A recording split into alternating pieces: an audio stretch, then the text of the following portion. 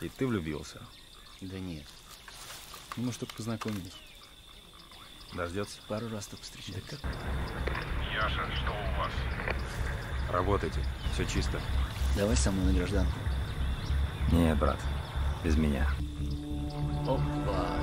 Наш новый. Ты что творишь?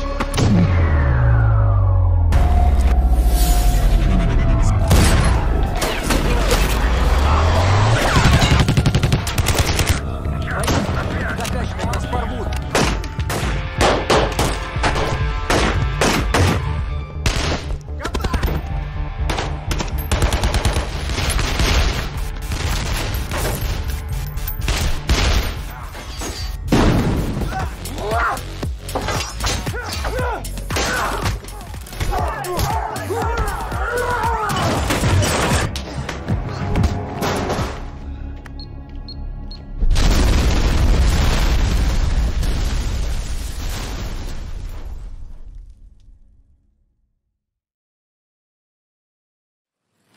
Cerita akan berfokus kepada dua orang tentara bayaran bernama Yasa dan James yang pada kala itu sedang melakukan misi pengawalan terhadap seorang bos mafia ternama bernama Asur.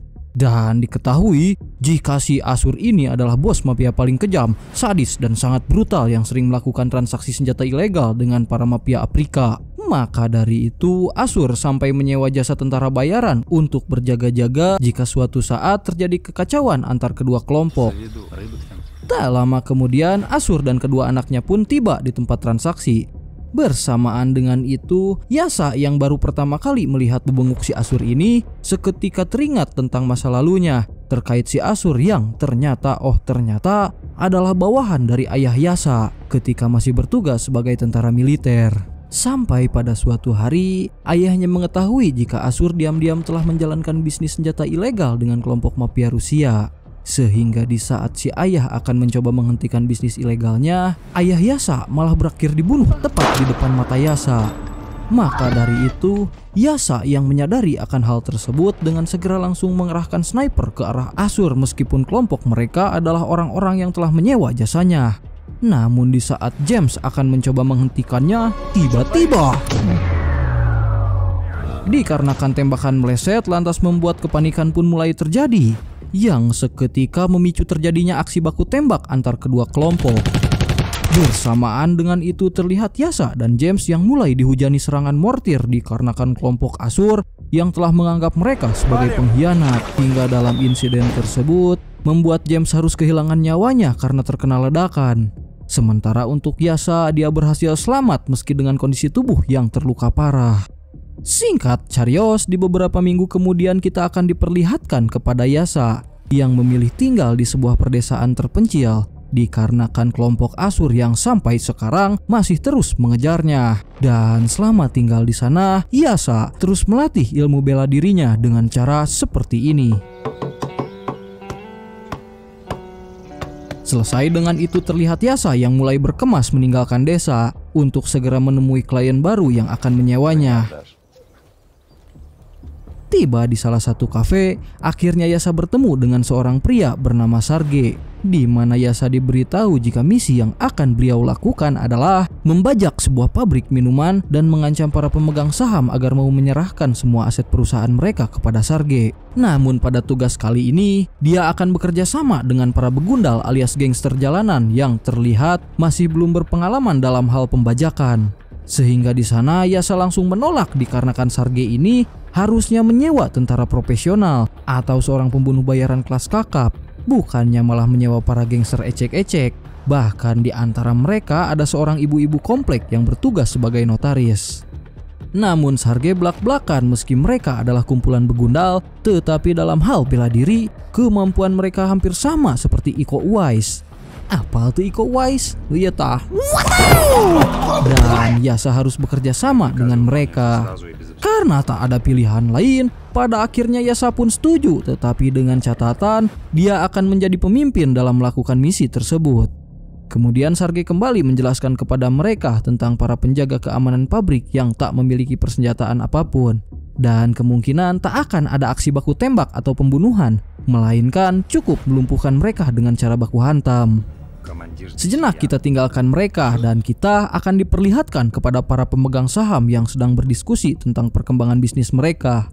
Bersamaan dengan itu, datang seorang wanita gelis bernama Sophia, di mana Sophia ini adalah sekretaris magang yang belum lama bekerja di pabrik tersebut. Sehingga di hari pertamanya kerja, si Teteh malah mendapat pelecehan dari salah satu pemegang saham sehingga dengan refleks Sophia langsung menamparnya saat itu juga. Tak lama kemudian datang seorang CEO atau pemimpin perusahaan bernama Pasili, di mana salah satu pemegang saham yang tidak terima setelah ditampar Sophia sempat meminta Pasili untuk segera memecatnya. Tetapi Pasili menjelaskan jika Sophia ini adalah seorang sekretaris berbakat, ditambah lagi si pemegang sahamlah yang mulai melecehkannya duluan. Berpindah kepada kelompok Yasa yang setelah tiba di pabrik, kemudian mereka mulai bergegas meretas kamera CCTV agar tidak terpantau oleh penjaga keamanan. Bersamaan dengan itu, Sergei belak-belakan jika di pabrik ini dulunya adalah gudang penyimpanan rudal pada era Soviet yang terdapat jalur terowongan rahasia. Bahkan dulunya gudang tersebut sering digunakan oleh pihak-pihak tertentu untuk menyelundupkan senjata ilegal. Namun setelah pabrik dibeli oleh Pasili, kini tempat tersebut mulai berubah menjadi tempat produksi minuman beralkohol seperti ciu, ale-ale, dan lain-lain.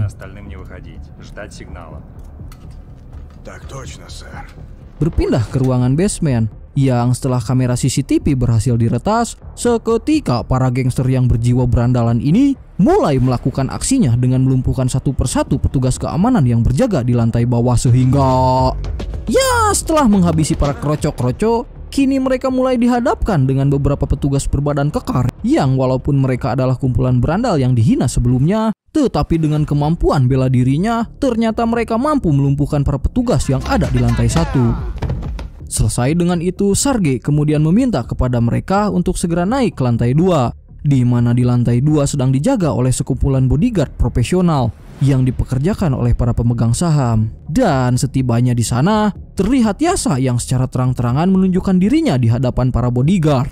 Dan dengan songongnya, Yasa meminta mereka agar segera menyerahkan diri sebelum terjadi sesuatu yang tidak diinginkan. Namun dikarenakan Yasa yang dianggap sebagai penyusup, tiba-tiba bersamaan dengan itu muncul para bodyguard lain, di mana rombongan gangster yang melihat Yasa sempat kewalahan pun segera masuk untuk membantunya dan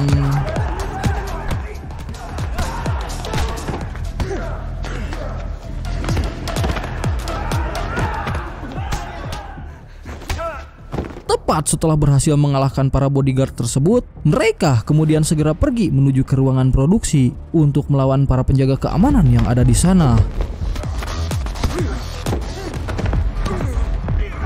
Dan tepat sampai di ruangan selanjutnya, kali ini mereka harus dihadapkan dengan salah satu penjaga yang sangat kuat, di mana para pemuda gangster yang awalnya mendominasi pertarungan pun sekarang malah sempat dibuat kewalahan.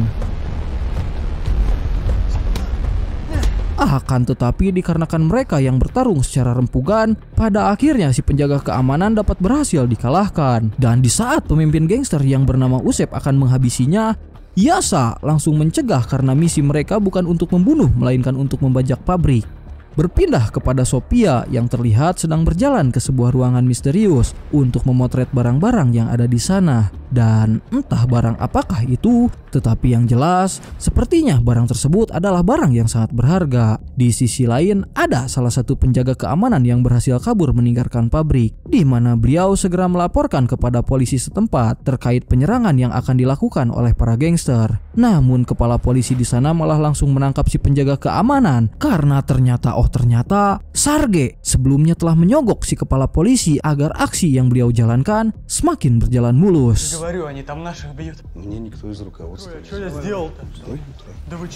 Kembali kepada Yasa yang mengajak para berandal untuk segera naik ke lantai 3, sehingga di sana Usep secara belak-belakan menegaskan terkait Yasa yang jangan menjadi sok pemimpin sebab yang pantas menjadi pemimpin adalah dirinya. Bersamaan dengan itu listrik pun tiba-tiba mati. Maka oleh sebab itu Pasili si pemimpin perusahaan segera meminta kepada kepala keamanan pabrik untuk segera menghidupkan listrik menggunakan generator cadangan. Tepat setelah listrik kembali menyala, otomatis semua CCTV pabrik yang ada di sana mulai kembali berfungsi.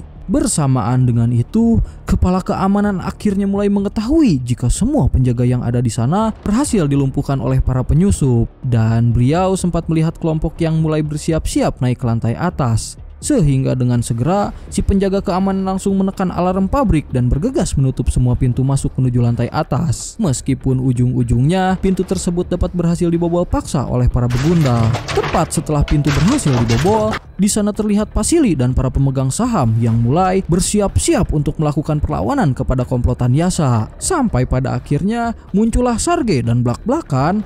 Jika mereka ingin selamat dan keluar hidup-hidup, maka Vasily dan kawan-kawannya harus segera menyerahkan semua saham yang mereka miliki, di mana hal tersebut jelas langsung ditolak secara mentah-mentah dan memicu terjadinya perkelahian brutal antara kedua kubu.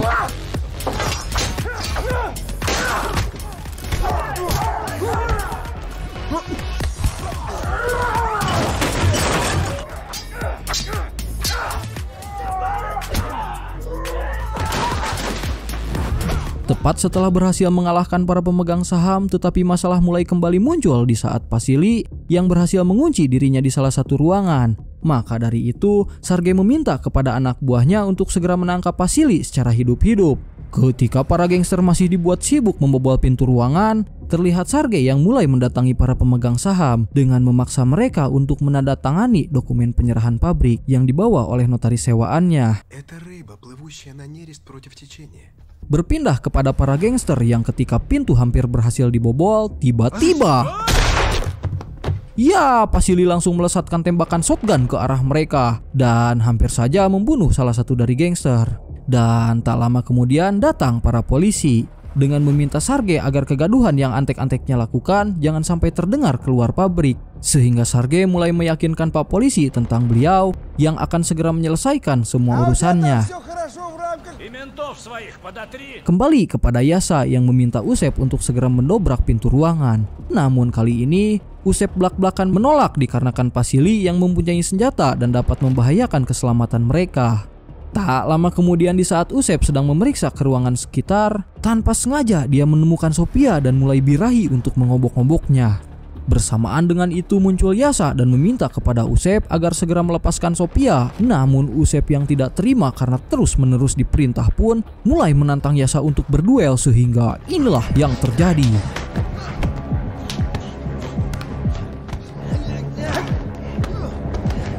Selesai mengalahkan si pemimpin begundal yaitu Usep, tiba-tiba anak buahnya datang setelah mereka mendengar ada suara keributan di ruangan sebelah. Meski pada akhirnya Yasa mampu menumbangkan mereka semua satu persatu.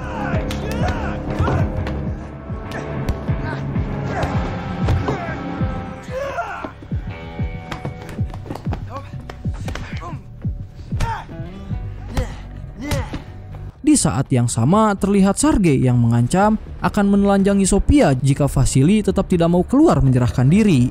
Sehingga tak lama kemudian keluarlah Vasily sambil menodongkan shotgun ke arah mereka. Bersamaan dengan itu Yasa yang sudah sadar dari pingsannya pun segera membawa masuk Sophia dan Vasily kembali ke dalam ruangan. Di dalam sana, Yasa merebut shotgun dari tangan Vasily serta belak-belakan jika shotgun yang dia pegang adalah milik peninggalan ayahnya. Sehingga di saat itulah Vasily sadar jika Yasa ini adalah keponakannya dan kedatangan Yasa ke pabrik adalah untuk balas dendam kepada Asur.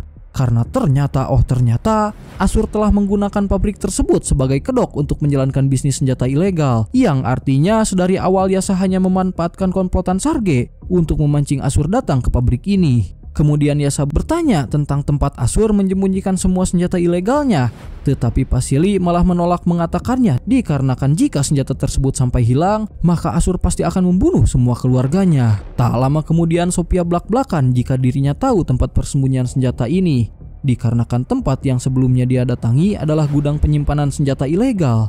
Bahkan di sini akhirnya kita mengetahui jika Sophia adalah seorang agen polisi yang menyamar untuk menyelidiki tentang bisnis ilegal. Di saat yang sama terlihat rombongan anak buah Asur yang datang ke pabrik tersebut setelah mendengar ada keributan, dan mereka juga sempat bertemu dengan para polisi korup yang sebelumnya telah mendapatkan sogokan. Dan Vasily yang menyadari akan hal itu lantas segera meminta Yasa agar segera pergi meninggalkan pabrik, dikarenakan Vasily tidak mau jika nasib Yasa akan berakhir seperti mendiang ayahnya. Tetapi Yasa menolak karena sedari awal tujuannya adalah untuk membunuh Asur. Di samping itu, terlihat Sarge dan para pemuda gangster yang mulai bersih tegang dengan kelompok Asur, di mana mereka mulai menodongkan senjata ke arah Usep sambil bertanya tentang keberadaan Vasily. Akan tetapi dengan santainya Sarge malah mengatakan jika dia adalah pemilik perusahaan baru. Sehingga Usep dan antek-anteknya pun mulai melakukan perlawanan, sehingga inilah yang terjadi.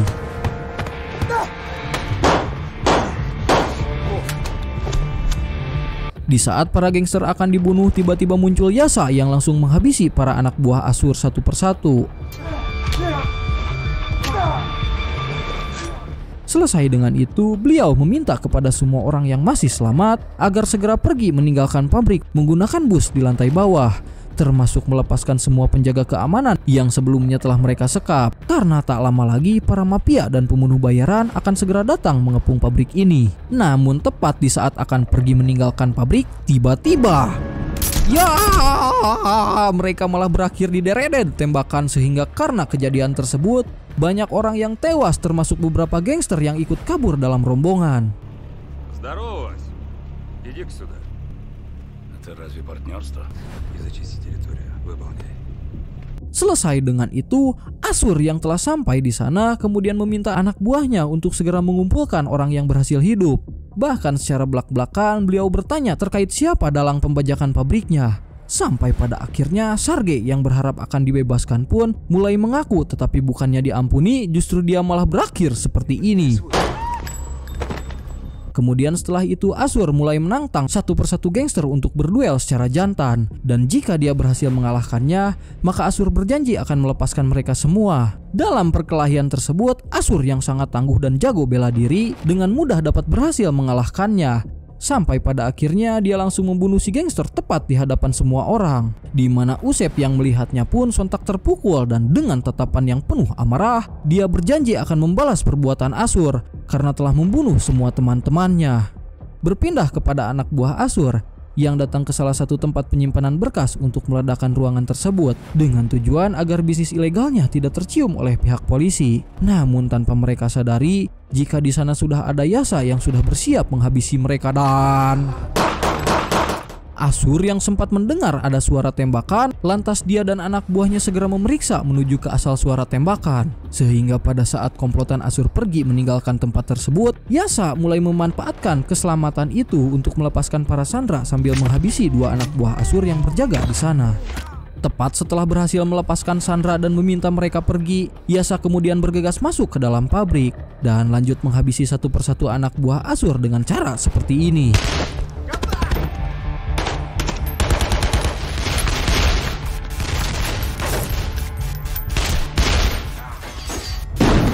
Di sisi lain terlihat Usep, Vasily, dan Sophia yang memilih untuk tidak ikut bersama rombongan sebab mereka ingin membantu Yasa yang berjuang sendirian melawan para mafia. Di mana pada baku tembak itulah Usep bergegas memancing anak buah Asur agar mengikutinya masuk ke dalam pabrik demi bisa menyelamatkan Sophia dan Vasily yang sedang terdesak.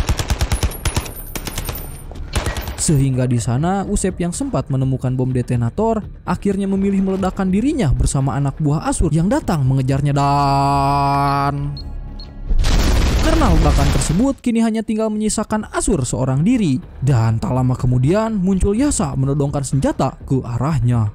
Di mana Yasa berbicara secara belak-belakan jika Asur adalah orang yang telah menghabisi ayahnya beberapa tahun yang lalu, dan kedatangan Yasa ke sini adalah untuk balas dendam demi keadilan. Sadar jika Yasa adalah anak dari mantan atasannya, lantas Asur pun mulai menantang berduel baku gedik secara jantan untuk mengakhiri semua masalah ini, di mana Yasa yang tak gentar sama sekali pun langsung menaruh senjatanya dan Dalam perkelahian tersebut, awalnya Yasa sempat dibuat kewalahan dikarenakan kemampuan bela diri Ashur yang bukan sekedar kaleng-kaleng. Tetapi dengan dendamnya selama bertahun-tahun, pada akhirnya si Ashur ini dapat berhasil dikalahkan dan langsung dibunuh.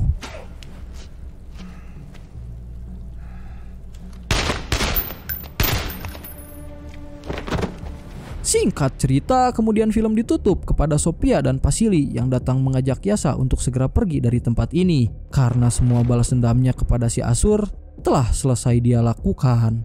Tamat, ending yang sangat-sangat memuaskan.